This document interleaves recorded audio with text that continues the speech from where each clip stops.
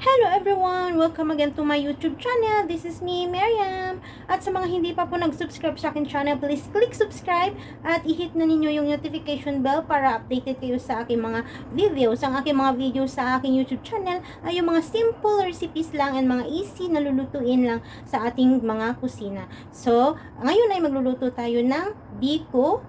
Let's cook with Miriam. We cook simple and easy Chinese and Filipino recipes. Please subscribe and hit the notification bell for more updates.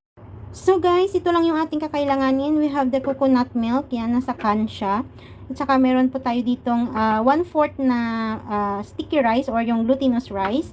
Then we have the sugar, black sugar. So now ay huhugasan natin to tsaka isasaing. Hugasan natin to at isasaing natin.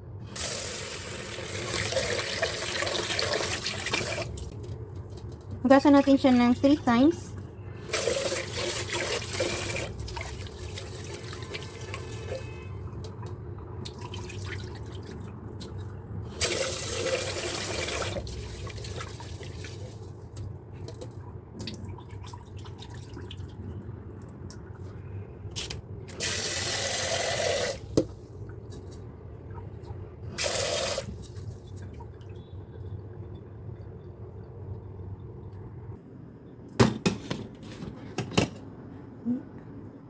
Yan, cook muna natin siya.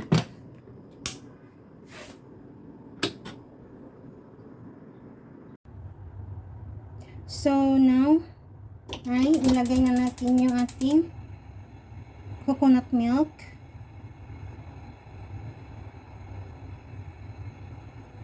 Pakukuluan na natin siya.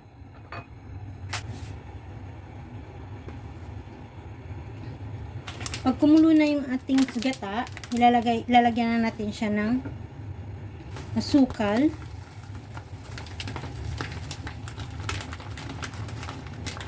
Tansyahin nyo na lang guys yung asukal ninyo. Then, hahaluin lang natin hanggang sa mag-mix na siya.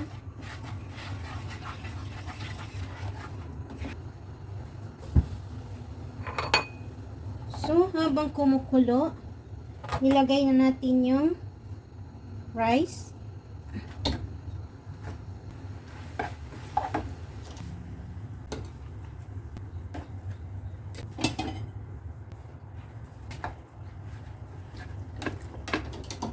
Then, haluin lang natin hanggang sa mag-mix yung rice sa asukal natin.